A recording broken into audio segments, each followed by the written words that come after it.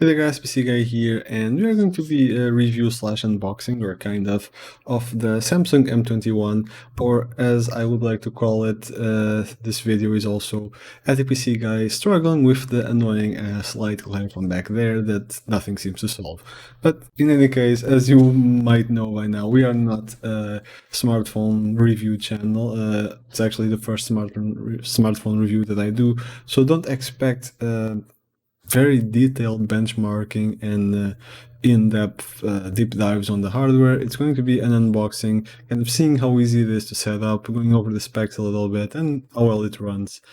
Maybe a benchmark or so with 3D Mark, which I also have on my PC, but that's pretty much about it. Just a first impression look at the phone, just because we can. The only other two comparison points that I have are my own Moto 5GS Plus or something like that, and the wife's Samsung Galaxy J3 from 2016, which is the one that will be replaced by this one here.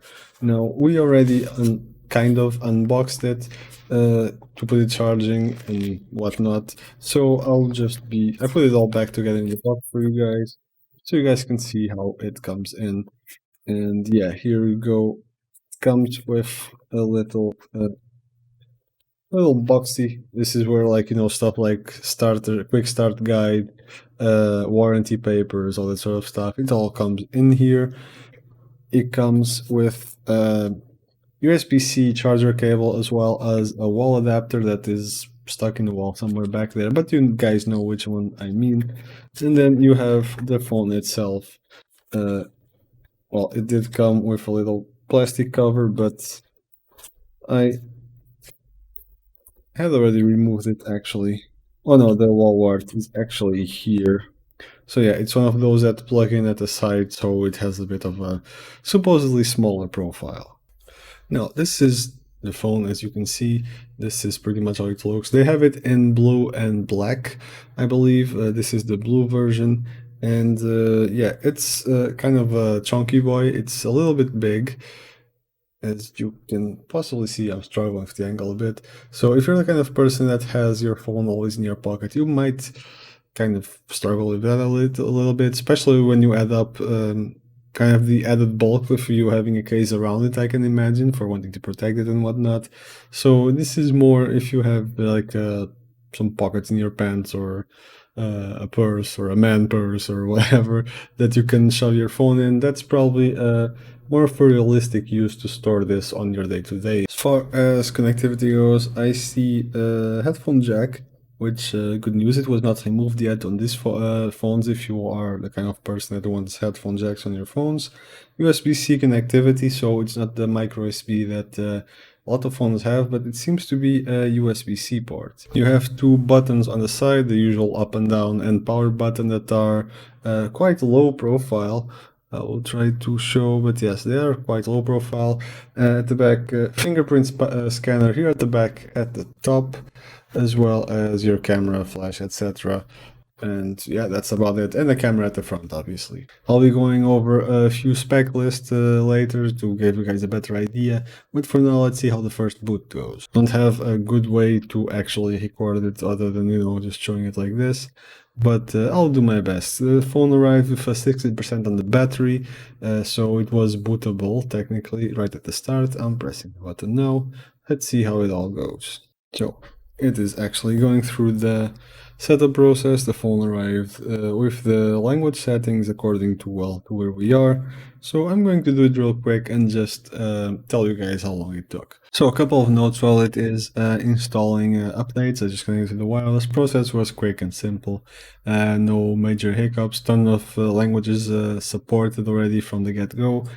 And yeah, one little side note, you see this little, well, the screen is lit up, that's why it's so, well, barely visible on my crappy camera, but you see how the screen goes all the way up and you have the camera there, and the screen kind of, obviously you cannot have an image where the camera is, so you have like a little thingy there where the camera is hosted. And yeah, I'll have to see when I actually launch like apps and such, What kind of impact does that have on the image? Does the image like cut off on a line there? Does it go up and then have part of the image is missing from a game or whatever you're playing? We'll have to see exactly how that works. Also, side note, the buttons at the bottom, like the back and the home button, all that sort of stuff, that is on the screen and not an actual physical button like some of the older phones had. Transferring your stuff from the old phone to the new is made a lot faster and easier by using Smart Switch, which is a feature that copies your settings and your stuff from your old phone to the new one, including apps, logins, all that sort of thing. There is the caveat that certain things cannot be copied, like for example, let's say WhatsApp chat history, that you can get that back from WhatsApp's own backup system, but not through this service. So you have to kind of go through that later because of, well, privacy reasons and settings, of course. But it does make the whole process a bit easier than having to reinstall all the apps, all the settings, alarms, calendar events, all that stuff gets synced pretty quick and pretty easy if you have an Android phone. If you have an iPhone, I believe you require a cabled connection between the two. I'm not sure how that works since I'm not in that situation, but it is still possible. To kill some time while the phone is running 3D Mark, let's go over the spec list. As far as the price goes, this is, well, obviously not in a currency that is either euros or dollars. We got it for around 220 something euros. That would translate directly to around the $240 to $250 or so. Obviously, pricing might differ, not just directly currency translation, let's call it. But as far as the spec list goes, yeah, this is a budget to middle end phone. If you compare it to the $1,000 phones that Apple and Samsung are churning out at the high end, this is more on the normal everyday type of phone. In any case, the CPU is clocked at 1.7 gigahertz. I'm guessing this is base boost. Again, I don't usually review smartphones, so bear with me. It's an 8-core processor, which definitely will help with the multitasking. It was visible that while I was, for example, the phone was doing all the updates, downloading all the stuff from Apple, from the App Store, etc. It was still very fluid. I could go through the menus with no issues at all, and it was all doing that. It's multitasking very seamlessly, probably because of having an 8-core processor, which is, well, obviously going to help with that. As far as the resolution for the screen, it's 2340 times 1080, so a bit of HD, but a bit better than full HD, the standard 1920 1080. This is a bit of a wider version of that, or longer, I should say. It's a Super AMOLED DeC display with 16 million colors. As far as cameras go, you have the resolutions for the rear camera here, which are obviously going to be a lot better than the ones for the camera at the front. We have 4 times digital zoom on the rear camera, and the rear camera obviously has flash. The video recording, you can record at 4K 30 FPS and up to 240 FPS at HD resolution, so not at 4K then. On a side note, maybe I should steal the phone to start shooting my YouTube videos, because this does beat my webcam that I'm using. Quickly going down the rest of the spec list, we are faced with 4 gigs of RAM, 64 gigs of memory size, well, total, but as far as available is, after the system takes its toll on everything, you're left with 49 gigs of usable memory, which is quite respectable, especially since our biggest complaint with the older phone is that it was an 8 gig model, of which you could barely use half, and it was constantly full, really. It supports micro SD cards that can go up to 512.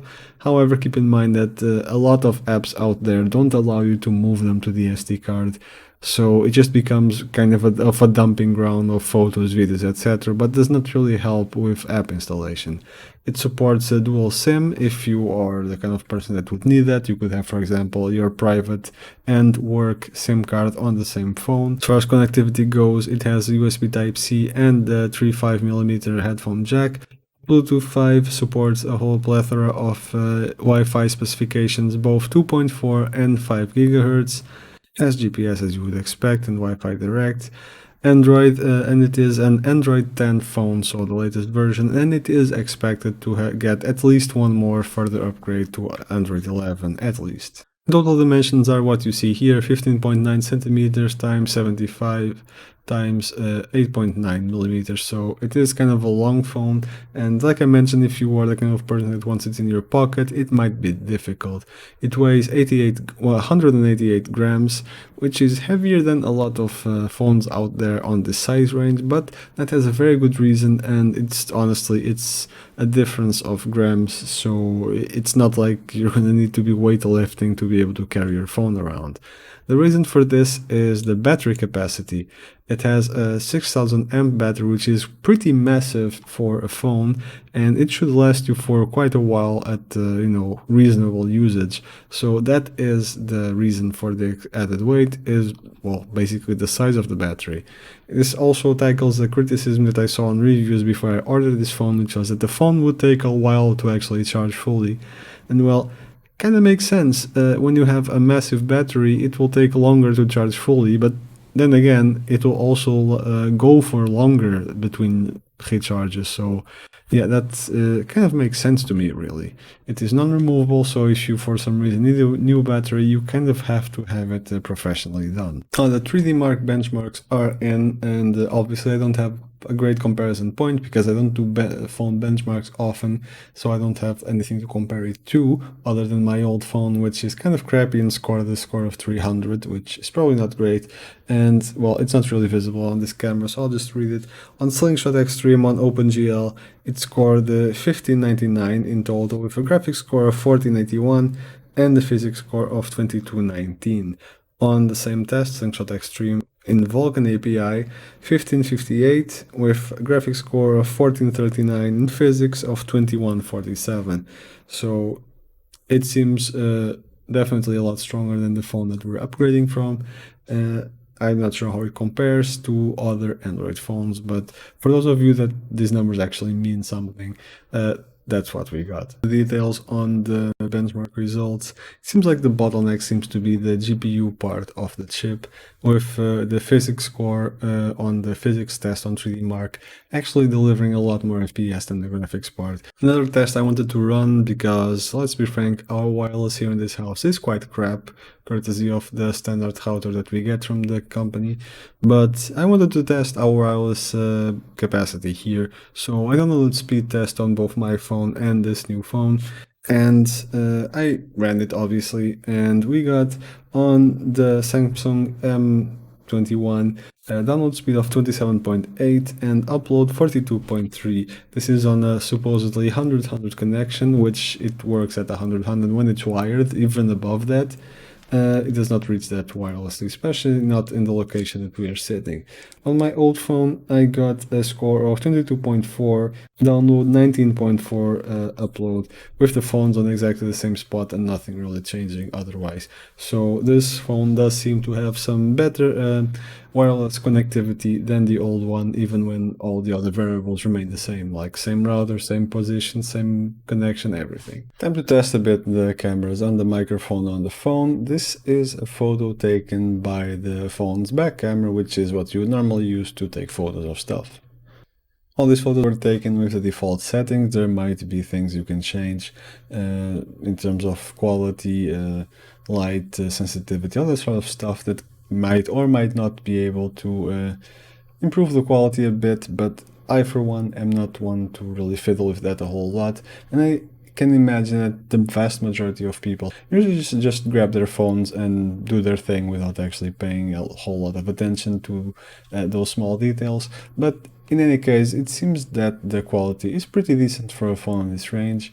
It is capable of producing pretty decent pictures. The phone has now been in use for about a day and a half, and that is including as well the initial setup and installing of all the apps, downloading everything, that sort of thing, setting up accounts. So that always keeps the phone active for a while. You're using it for a long while, setting everything up correctly. The battery started out charged up to 100% when I started installing stuff, and now a day and a half later, and after several phone calls and pretty long phone calls I might add, and all the installing process, the phone is now on its high 60s. I believe it was at 68% last I checked, battery life, so that is pretty decent, but then again, the phone has a pretty massive battery capacity, over the 6000 milliamps, so that much is performing at what we were expecting. I have not really gone through a full charge cycle yet, so I cannot really tell you how long it will take to charge, but I can expect it's pretty decent. All in all, and while keeping in mind that we're not strictly a phone reviewing channel, so this is all very kind of the feel for a general user. What do you feel about the phone when you first get it?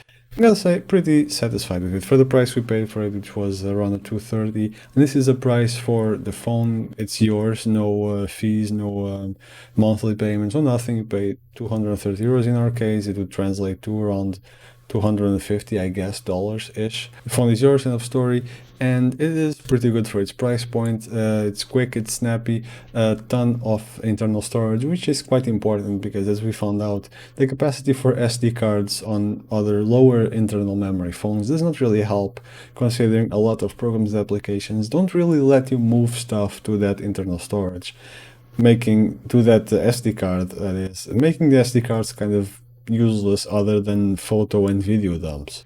Camera and microphone quality are pretty decent for its price point. Battery life is a huge plus, and it features Android 10, which is the latest in the series, and is expected to have at least one more upgrade in its life cycle to Android 11 when it does come out, so you will be up to date for quite a while. That said, it's a bit sad that Samsung felt the need to shove some unnecessary apps, like stuff like Netflix, for example.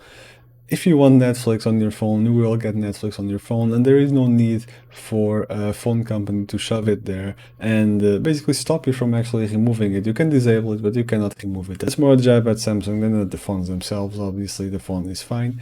And yeah, would I recommend this to someone on this shopping in this price point?